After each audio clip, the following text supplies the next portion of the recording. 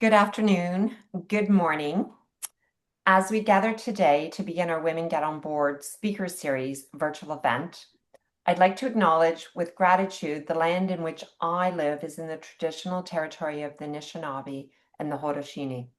Let us collectively take a moment to silently acknowledge the land on which you are virtually connecting from.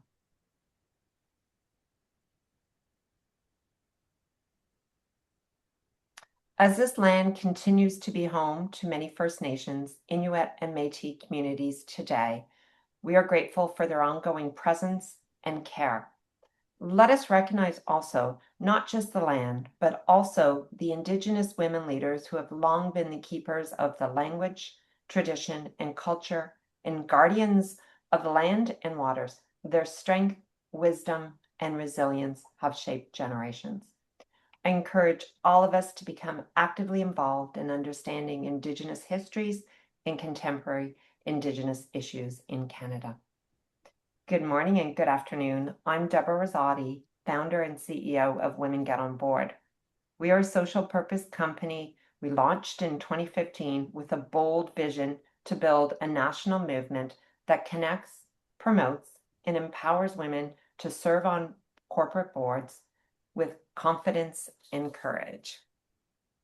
We are proud today to have our final speaker series before the summer, or maybe it is summer, started for some of you.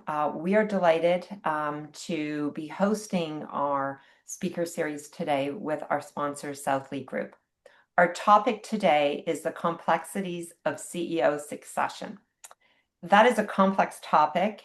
I sort of jokingly in advance asked Tara, Ryan, and Amanda, are we going to get some juicy stories? And they said they might, but they won't reveal any names. So I'm looking for the juice on this, but I know they're well prepared and they do have a lot of insights to share with us. So I will now turn it over to Amanda. She is the president and managing partner of Southleigh, to say a few words about Southleigh and your colleagues. I know it'll be a great session, but before you begin, just a few little housekeeping. For those that have joined today, keep yourself, your video, your off mute or on mute and video off. We will have opportunity for a Q&A. So feel free to type your questions in the chat. I'll be moderating a Q&A session. And most importantly, these are great slides. So you will get a copy of the slides in the follow-up email that will come shortly after the session. And also there will be a recording you will receive in the next few days. So Amanda, without further ado, you're looking lovely today. Thank you. You too. Oh, just take it away. Thanks so much, Deborah. As always, we're very pleased to be here with you, partnered with Women Get On Board. For those of you who don't know us, Southleigh is one of Canada's largest independent leading executive compensation and governance advisory company. We were founded about 5 years ago. We are now national across the country, from Vancouver, Calgary, Toronto, Montreal, and even Halifax. With the three of the four founding partners are here today to chat with you about CEO succession and performance management. We built this company with a different thought in mind. We wanted to make sure that we were offering professional services and advisory to the leading boards and management teams of Canadian companies, not just to provide data, but to provide insights. So we're really focused on making sure that we really understand businesses and that any advisory we give is in support of best practices and what's right for you. We make sure that the advice we give is customized and tailored to the situation. And we don't focus on common practice, but we focus on customized solutions. Finally, I'll just mention also that something that's different about our organization is that we are global. We have local insights and global insights both, because we're part of the GECN group of companies, which allows us to have access to 150 professionals across 6 continents.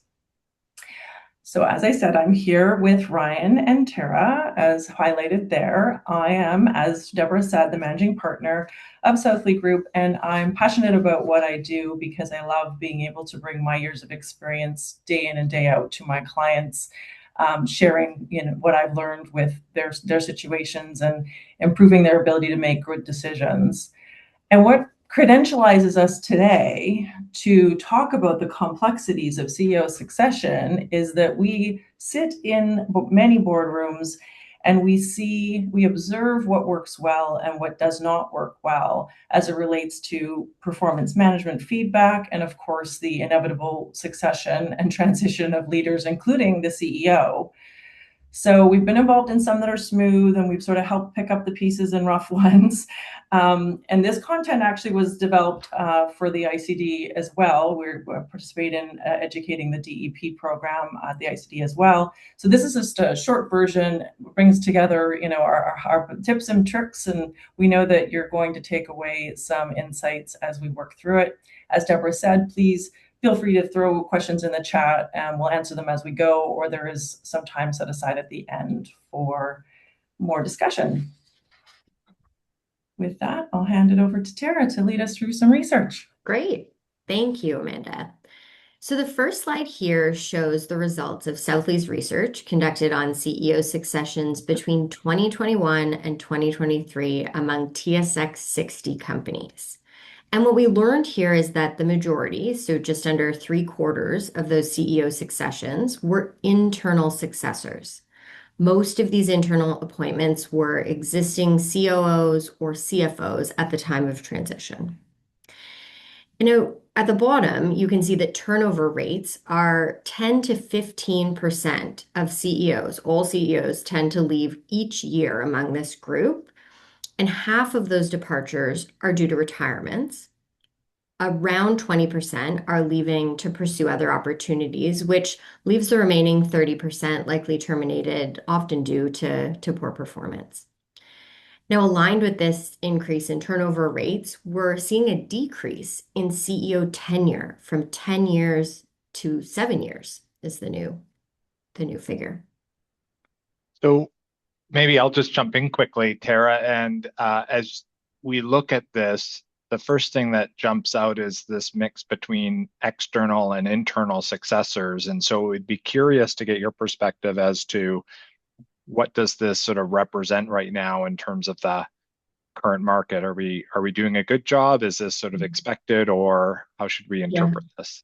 Yeah, the stat to me signifies that boards are largely right now looking for stability through internal succession, and that they've been successful in ensuring that they even have an appropriate successor in place at the time of the CEO transition or when they need a CEO transition. So I think that this stat is quite positive.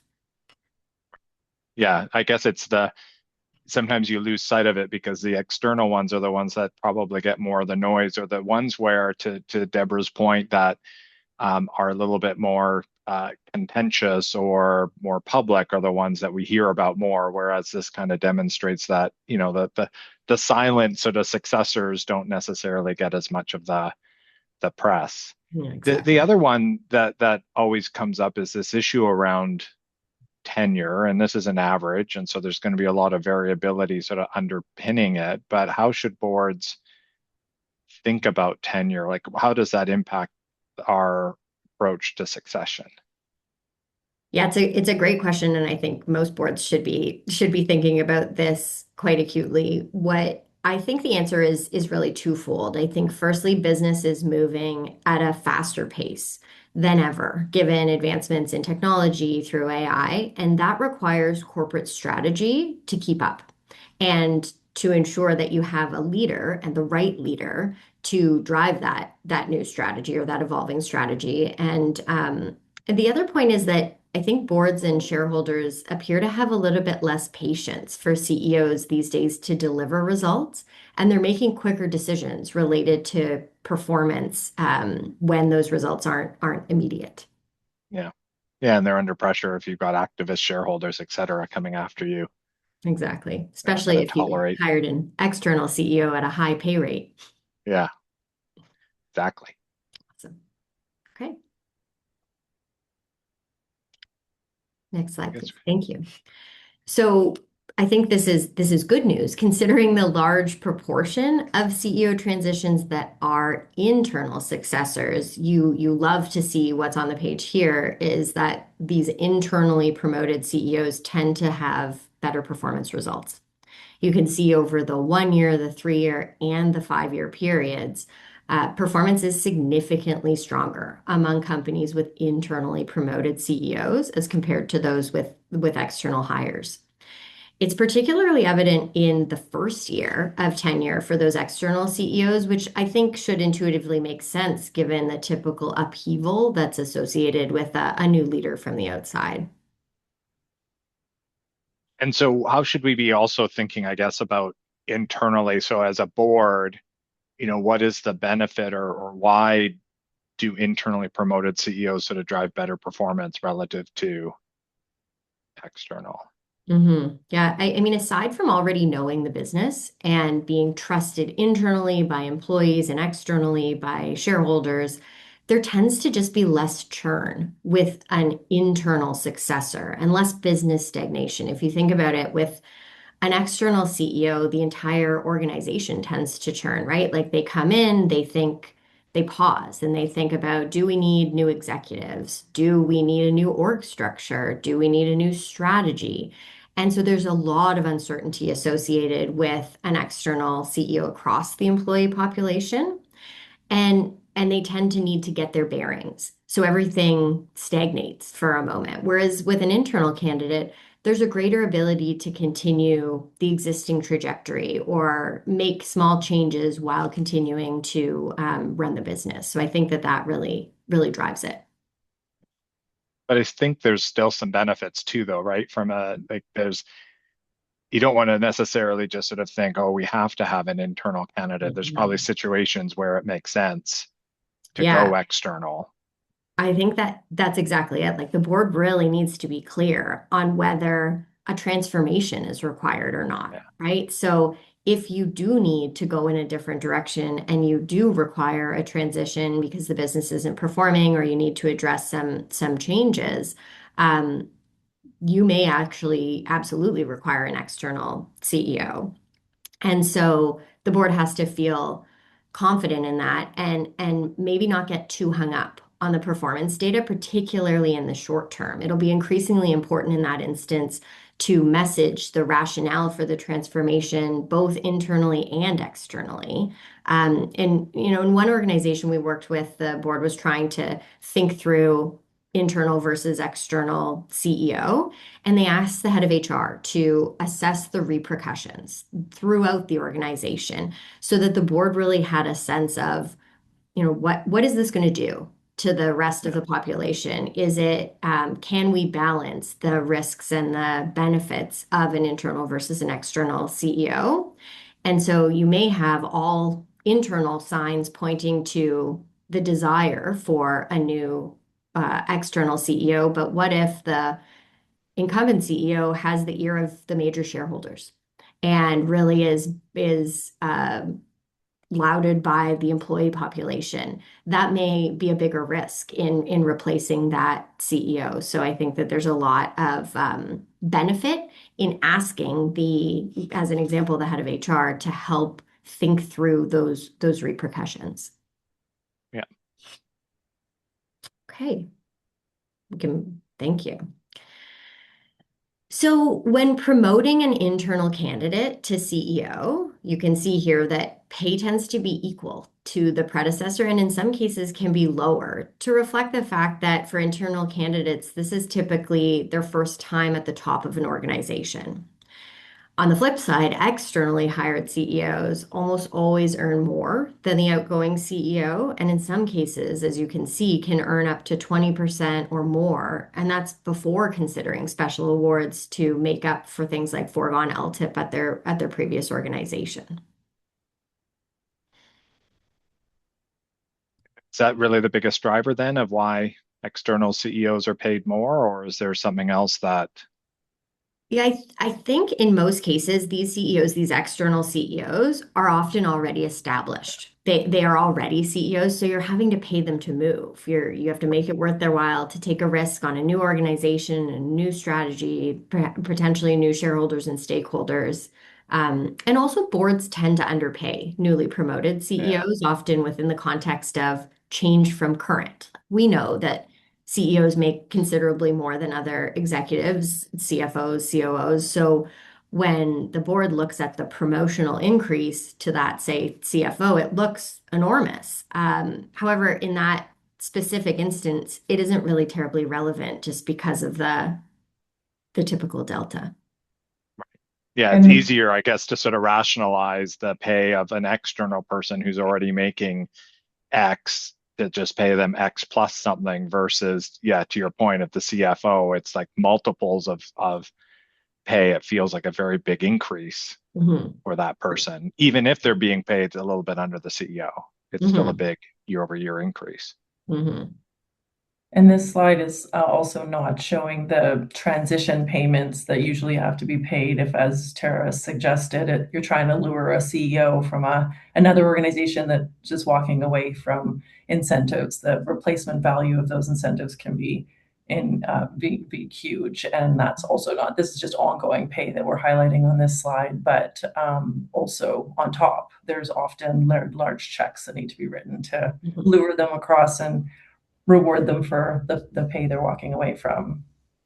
There's other risks too, actually, associated with this that you're not seeing on the page, right? If you're paying, overpaying perhaps external talent, you also have to really think of the cost of severance, the potentially very high cost of severance if this doesn't work out. And so we are imploring boards to take a very critical look. Don't just accept the standard provisions that everybody else in the organization has. Really think through, what is this going to cost me if it doesn't work out in various termination scenarios? High CEO pay also tends to have a ratcheting effect, especially if you're a publicly traded company who has to disclose their pay. The other executives see what the new CEO is making and has a bit of a trickle down effect. And finally, I think boards may be setting themselves up to expect perfection, right? If you are agreeing to this massive pay package for this external star, are you now expecting perfection? And is that realistic? Is that a realistic expectation of this new CEO to come into? So a lot of things to think about, even outside of just these numbers on the page. Yeah, because if you're internally and getting promoted and this is your first time as CEO, there might be a little bit more latitude to say, we know it's going to take a bit of time for you to fully develop, and we're going to progress your pay accordingly. Whereas an external, someone who's demonstrated their expertise as a CEO, they might not have as much of latitude to be able to sort of get up to speed. Exactly it. Yeah. Mhm.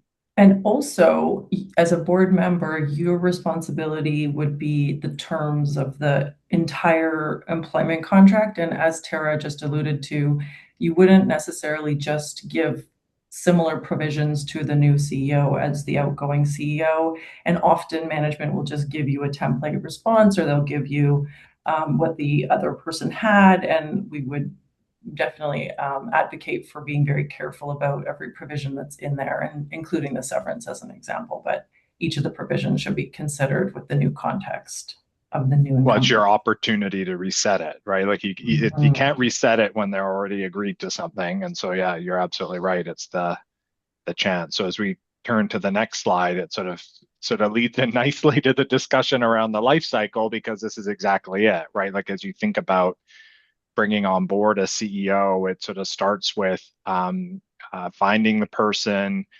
figuring out, their alignment to what you need going forward. But then you do get into negotiating the contract. And what we like about this slide is that it's helpful to see it's not just the joining the organization, but it's also the offboarding at the end. All of those details around the contract that you're going to negotiate are being negotiated up front, right? So it's understanding this exactly to your point, Tara, by being aware of how does this work all the way through the life cycle. You're not just thinking about how do we get them on board. We're also thinking about, so down the road, what does the transition out of the organization?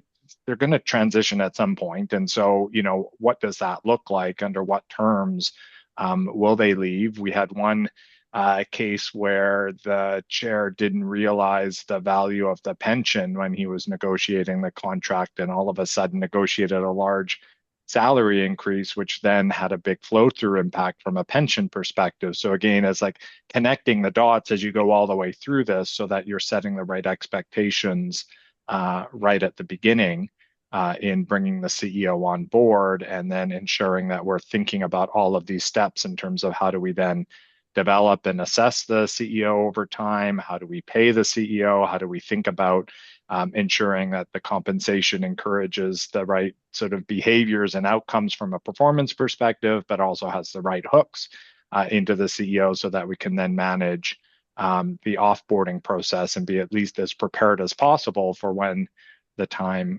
comes for the CEO to depart. Yeah, stating the obvious, this is an employee life cycle. And what we find interesting is not everyone on the board remembers that the CEO is just another employee and needs to be treated as such. It's sort of like the only employee that reports directly and you as a board member are accountable for.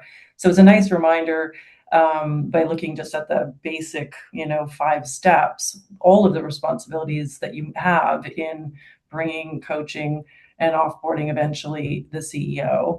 So Ryan, what would you say is the area that board members feel like they struggle with the most, or that you see them focusing on more these days? I think, we spend a lot of time trying to figure out who the CEO is, and I think we do a pretty good job around the onboarding process. I think where boards start to fall down is on the developing part, because I think it's a tricky relationship between the CEO and the chair, and how do you establish and right from the start sort of build the right cadence around how do we set the right goals around what we expect from the CEO? How do we have the right process that we're able to fairly assess the CEO's progress? And how do we then give feedback to the CEO around areas in which they need to focus, they need to think about from a development perspective? I think that there's obviously a lot of egos involved, and a lot of CEOs have sort of expectations that they're doing everything right, and I'm not sure that that's necessarily the case. Just like just like an employee, right? Like just like you said, Amanda, they also need to develop and grow. There's always going to be things to sort of focus on and provide coaching and guidance on. And I just don't think that happens a lot, right? Like we sit around the boardroom table at the end of the year and it's like, well, how did the CEO do? Well, the CEO, there's a laundry list of CEO did all these great things, or the company had a really great year. And what do we give the score to the CEO? Well, we'll just give them whatever sort of, they kind of got this last year, we'll give it to them again. Or like, there's just not necessarily the rigor that goes into it. And then the chair walks in and they might have had a nice discussion around the boardroom table, and all this feedback gets provided. And then the chair goes and sits down with the CEO and says, oh, you had a great year, here's your salary increase.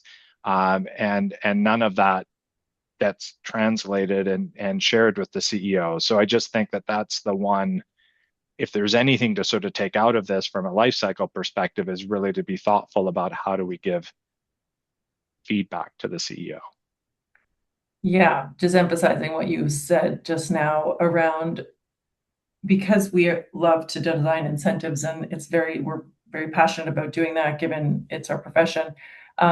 We find that if there's an individual component to a bonus program, it forces this process and the performance management and the goal setting and then the feedback, because it comes naturally through the incentive design, where you have to make a determination and maybe give it a label, maybe give it a multiplier. But you kind of need to think of it outside of that, and that, as Ryan is suggesting, the developing, assessing, and many of the other things, the softer things that are identified on here, like the leading culture of an organization, the behaviors and values are becoming so much more of a priority in terms of the discussion, not just a list of tasks or accomplishments that you would put in these performance management discussions. And do you have any best practices, Ryan, to share around like how to make sure this is an ongoing check-in with the board and the CEO, given that it does seem to be more important that it be more often in the conversations?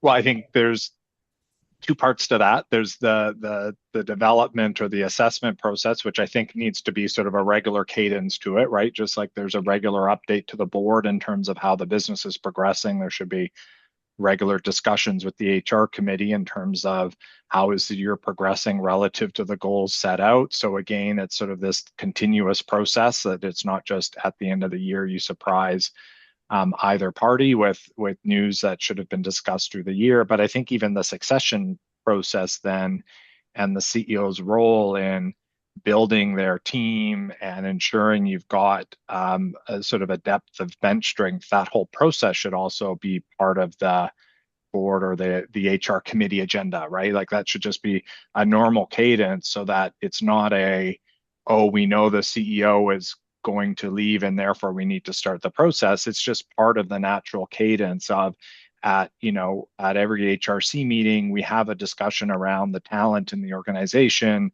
The CEO and or the CHRO can be pretty frank about sort of how the team is doing, how they're developing, what are the things that we're doing.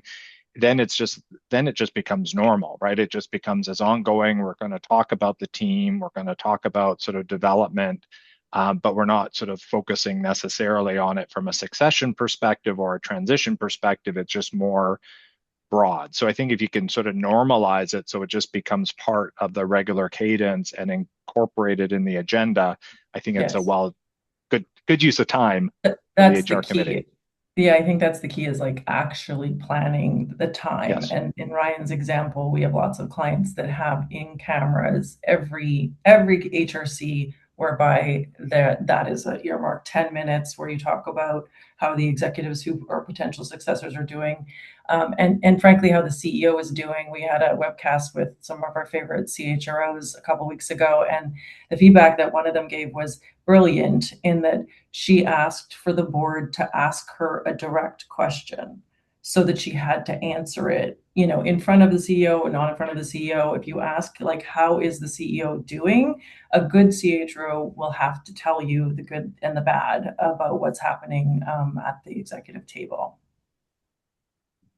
Yeah, and that leads in nicely to the next, because there's sort of this individual process around the employment life cycle that's happening for the CEO. It's happening for all of the executives have their own. They're all at different places in terms of the life cycle.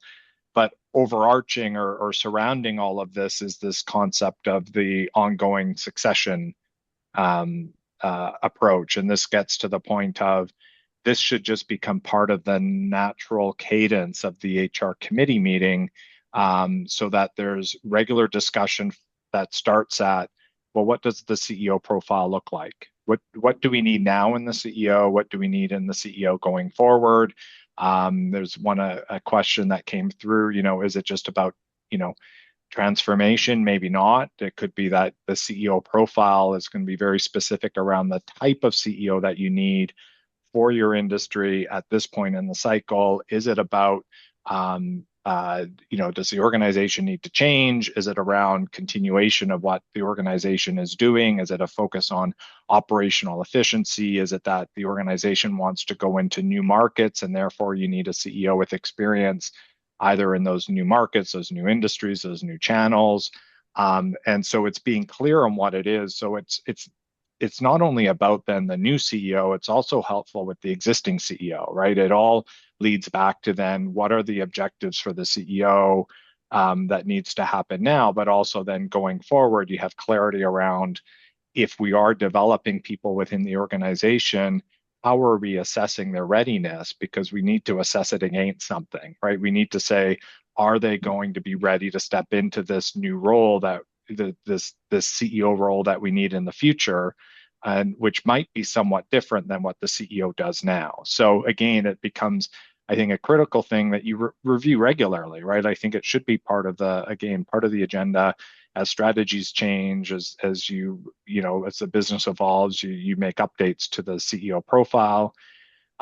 We have in here that you focus a lot on internal candidates, because I think as part of the process, and we saw in terms of the stats that most CEO candidates are going to come internally. So there's the opportunity to review, figure out, who are potential candidates, both in terms of who has the capability or the potential to step into the role, but also who is wanting the role, right? There's also the need to sort of test, because there'll be a lot of folks that may or may not want to step into the CEO role, or they're just not at the point in their own life where they're ready to step in, or from an age perspective, will the timing work? So there's a lot of factors that go into figuring out what does that pool look like, and then making sure that progress is being made in terms of their development. So are we doing all of the things that we need to be doing to develop candidates going forward, not just sending them off to courses, not just coaching? There needs to be a lot more around, how do we get them into the right roles? How do we move people around? If it is the CFO that we think is going to become the next CEO, how do we move the CFO into an operating role, or vice versa? And so being strategic and working with the CEO on how do we make those development plans come through, and how do we make sure that we're making progress, so it's not just every year that this person is 1 to 3 years away from being the CEO, that they are getting the skills, the board seeing them, the board is got a good sense of their development, and that the board can make these assessments as to their readiness over time. We have also on here that you should pay attention to the external market, probably, more as you get closer to a transition.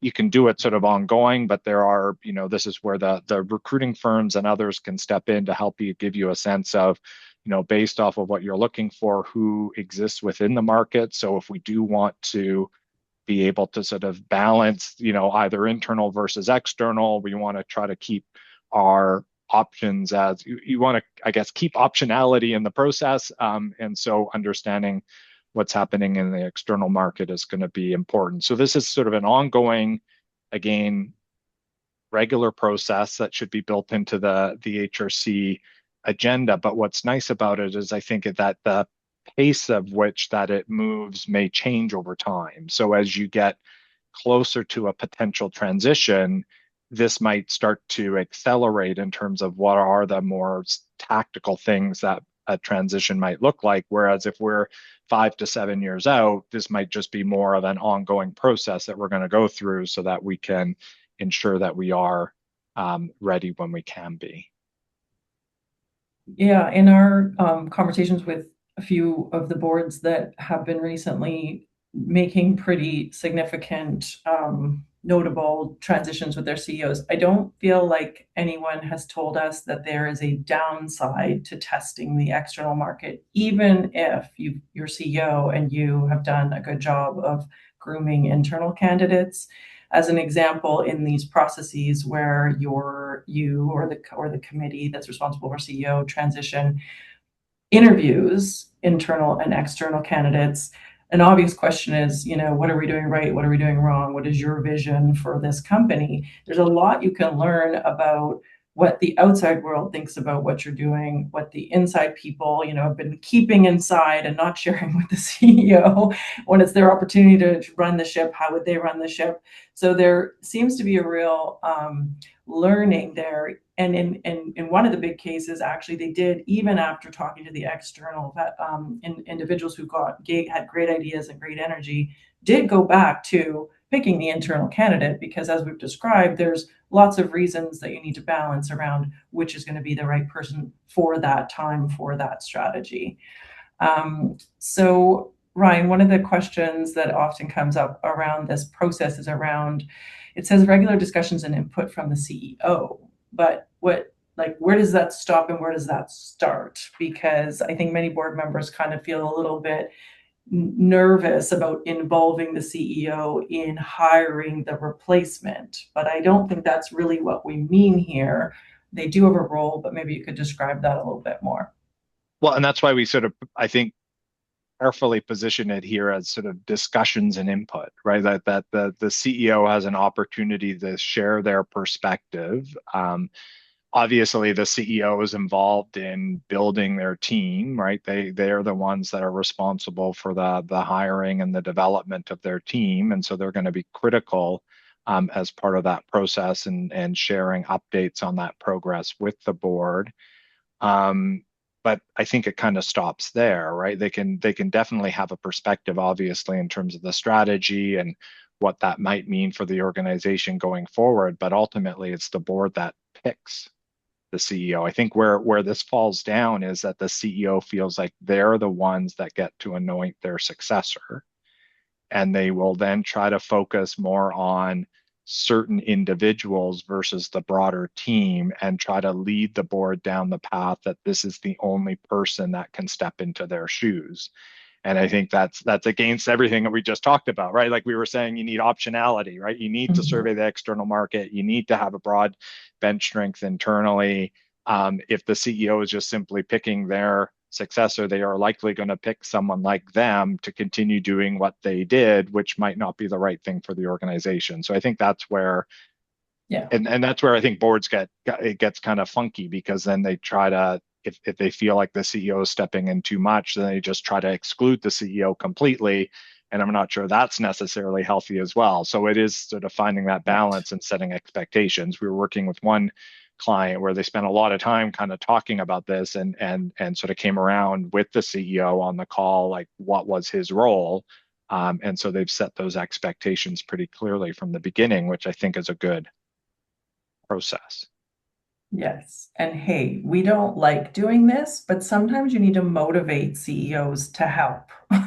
CEOs are not naturally inclined to want to replace themselves. So it makes it awkward and uncomfortable. But it is important that they understand their job is squarely to, just like, again, any other manager is managing a team of people and getting them ready for their next roles, which could be replacing themselves. Right. Well, and one of the questions comes up here around changes from a compensation perspective. And I think one of the big ones we're seeing is as we define what quote unquote retirement means, retirement is not just you've met a certain service requirement, it's also have you given sufficient notice and have you managed through the transition. So in order to be considered a good leaver, to be considered truly retired, you can motivate that by saying, well, you're not going to get all of your equity unless you're able to sort of help facilitate a transition. So I do think there's, to your point, some different carrots you can lay out. We don't like doing it, but we have designed programs that are contingent on there being an appropriate successor ready.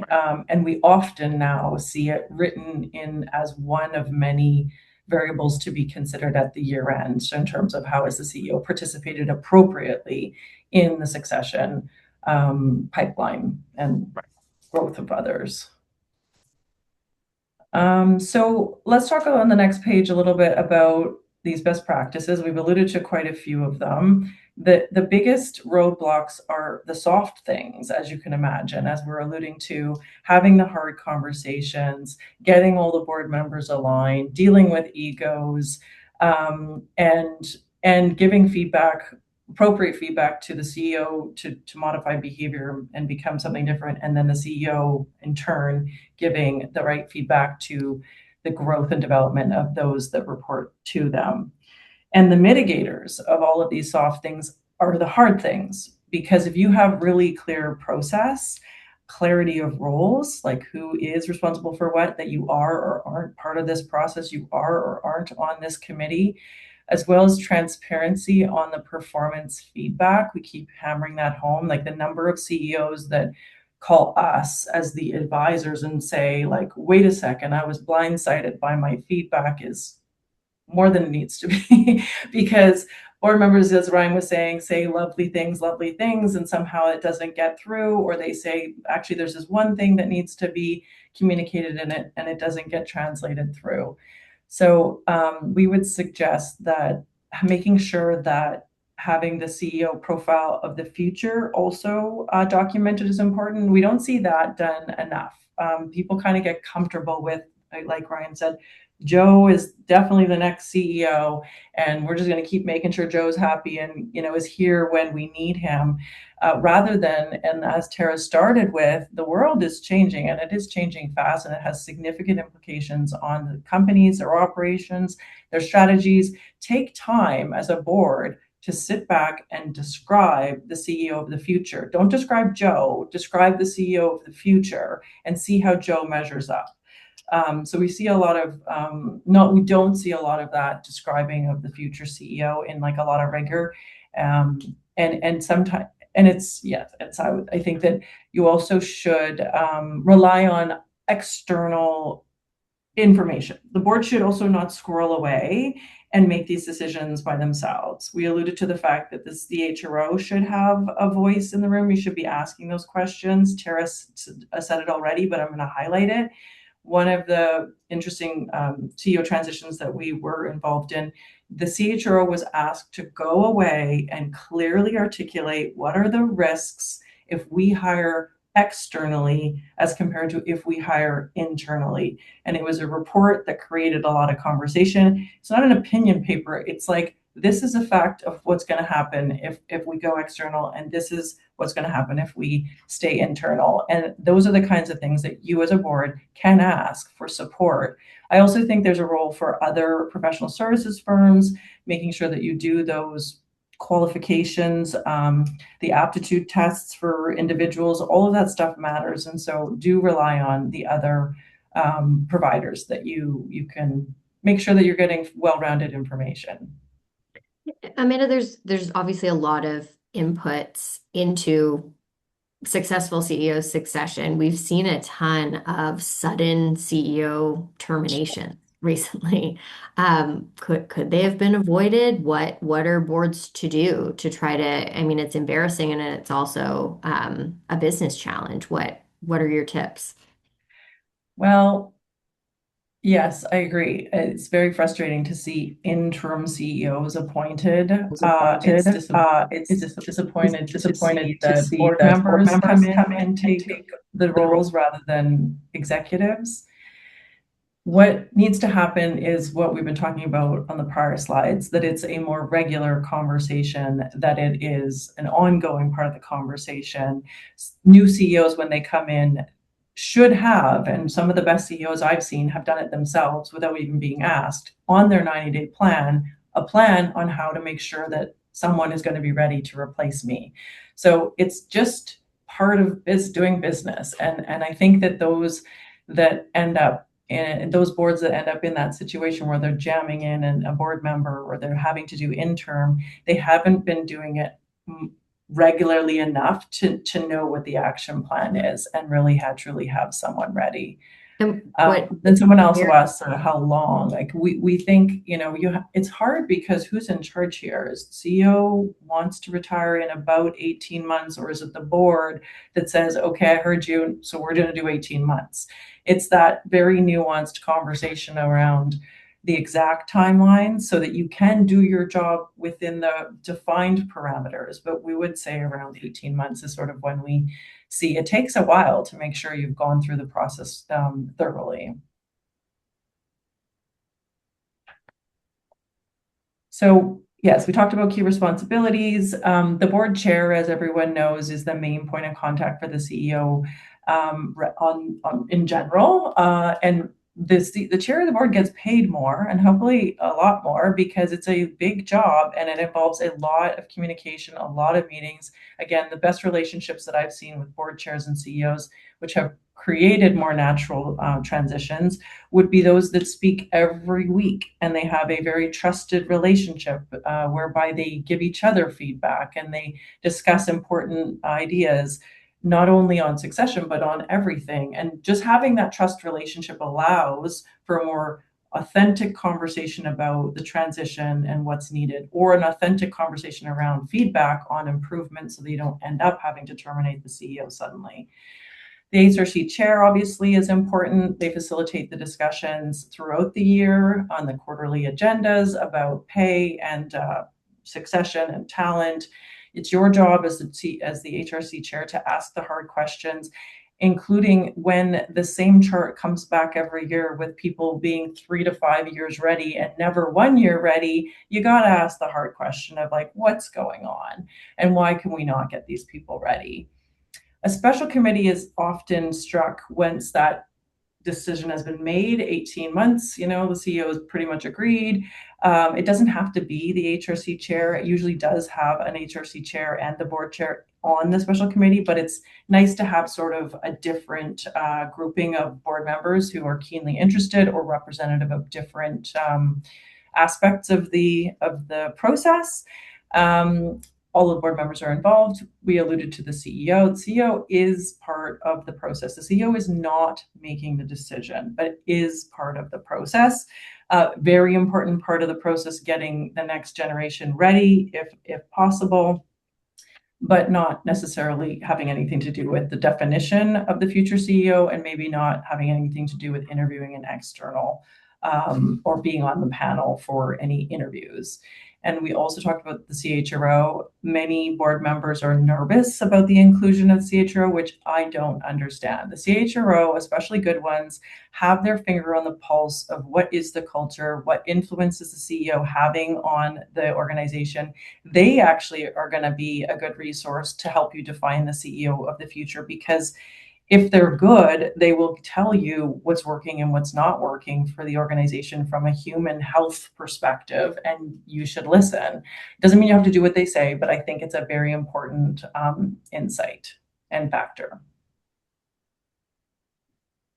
And finally, in the interest of time, our big thing is, in order to do a better job of CEO succession, you need to have more integrated conversations about talent and compensation.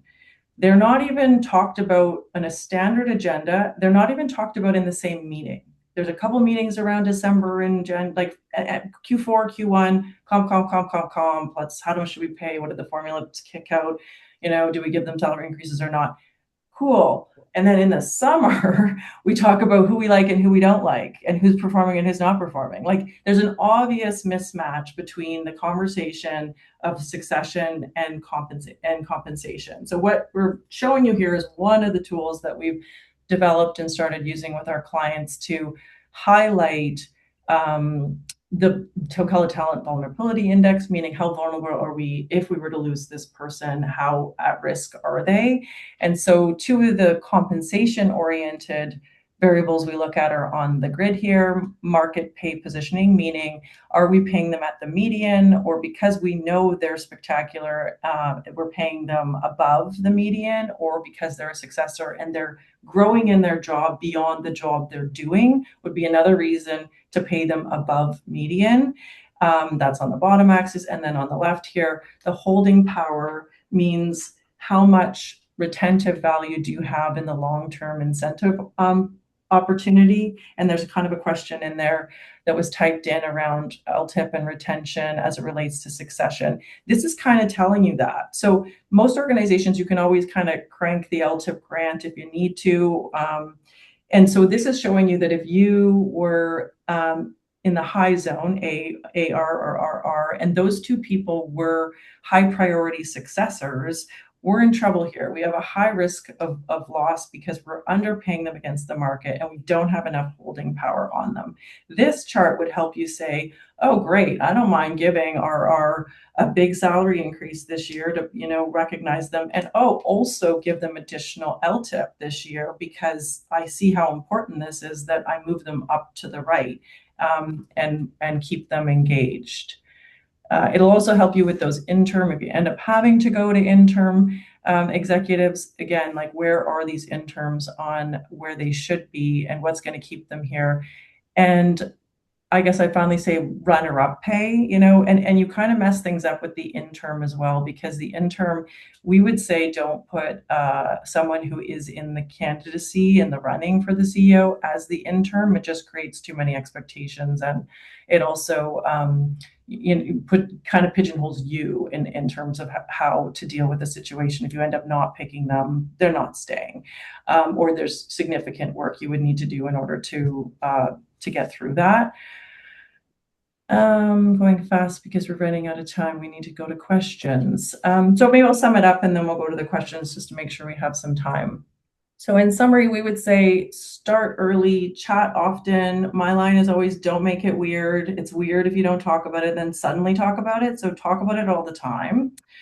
Also be clear and thoughtful about that role profile and the roles and responsibilities of each of those stakeholders in the boxes that we were presenting there. Be really clear about it. Don't just leave it, of course, don't think, oh, of course the CHRO is going to do that. Not everyone thinks the same, so you need to be really clear about that. And finally, we would say, be smarter about integrating your talent views with your compensation decisions. It will save you in the long run if you're more integrated in that conversation as we've got here. Deborah, where are you? Thank you, Amanda, Ryan, and Tara. Really great. I love how you had dialogue amongst yourselves, because those were kind of questions as audience we were thinking. I know you responded to a couple of the questions as you were going through. So I think in essence of time, we've got a couple that I don't think you addressed in particular. So we'll start with Sandra's question.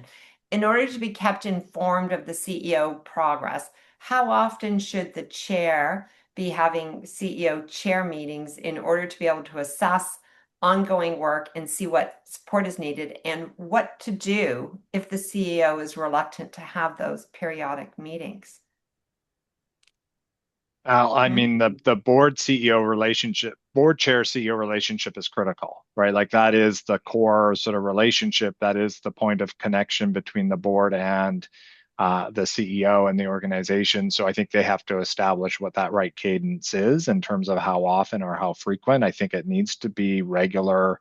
I was in one discussion where the chair does a lot of it via text, so it's not sort of a formal meeting, but it's a lot of back and forth on a regular basis so that, everyone's kept informed. So I think everyone will form their natural cadence. For me, I would be more concerned if they're reluctant to meet. That's a bigger sign of there's something else going on. That's where yeah, that's a red flag. And I think, Amanda, you did a really good sum up: start early, chat often, right? Yeah. And then continued on. And if you're not having those, then that is a bigger issue, right? Because and Amanda, you alluded to in your conversation, is the cadence might be weekly. It's that relationship that you're building, that trust. And if It's you're the not, relationship. if I think that's there's right. I mean, it's however many times you need to feel like you're listening to each other and that you have that relationship where you should be able to say anything honestly. And like you guys are, as board members, if that's how you've dialed in and are listening to this conversation, it's like your risk if that relationship is not good. And if you're a board member and not the chair and you don't see that, that's something that you should raise. Like this is not just even a CEO succession issue. This is a much bigger issue if that relationship is not there. So thank you.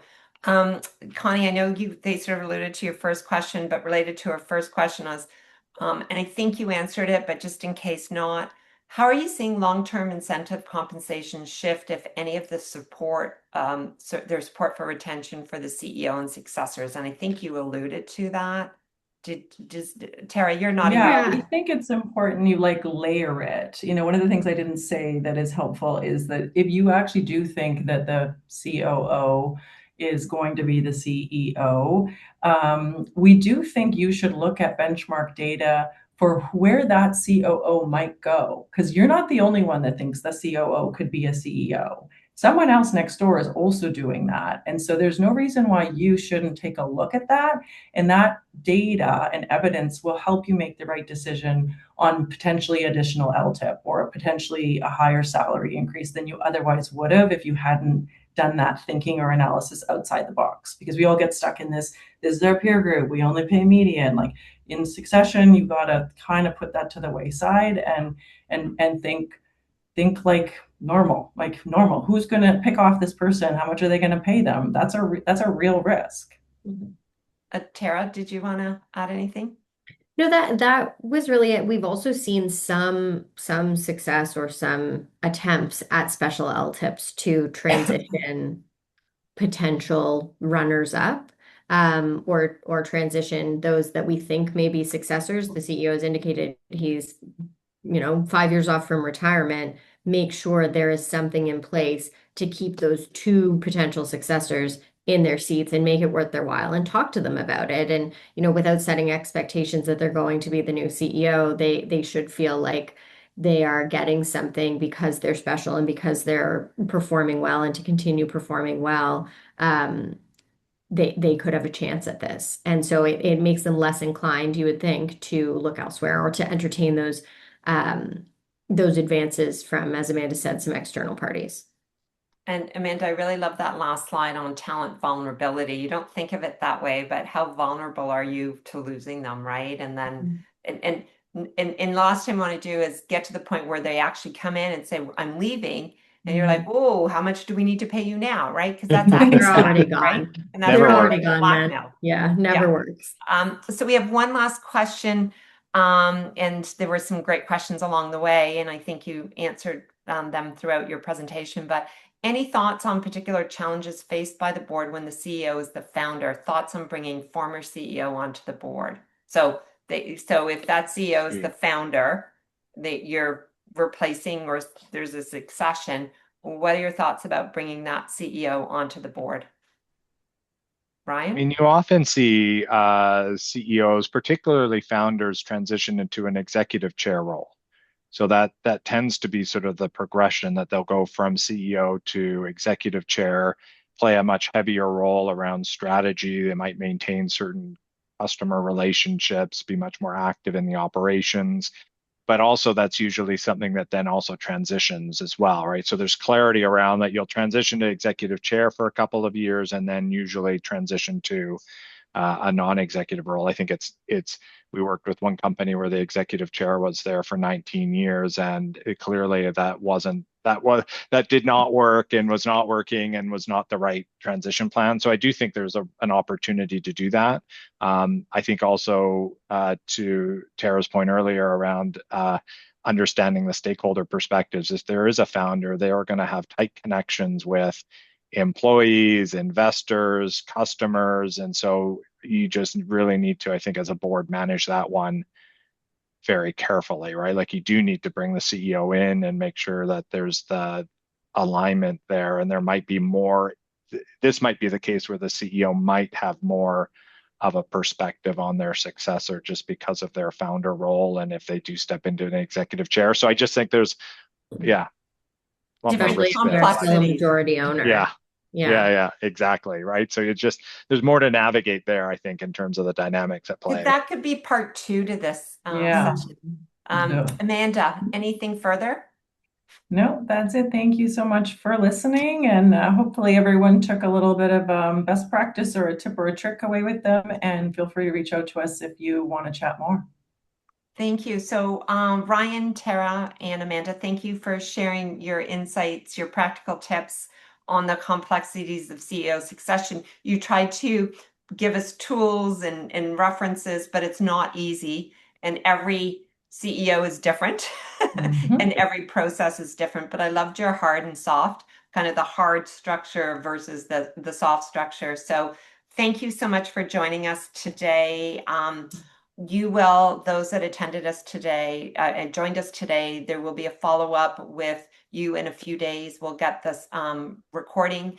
Right after this, you'll get the slides with a feedback survey. We'd love to hear from you. Just to put in your calendar, our next speaker series will be on September 17th, and our sponsor is Best in Governance, and it'll be on the topic of modernizing board evaluations, which is really a prelude to sometimes work, because typically your CEO is on the board as well. But and then so have a great summer. Thank you for joining us, Amanda, Ryan, and Tara. Thank you so much for your time and insights. It's always a pleasure. Thanks, everyone. Absolutely. Thanks, everyone. Bye.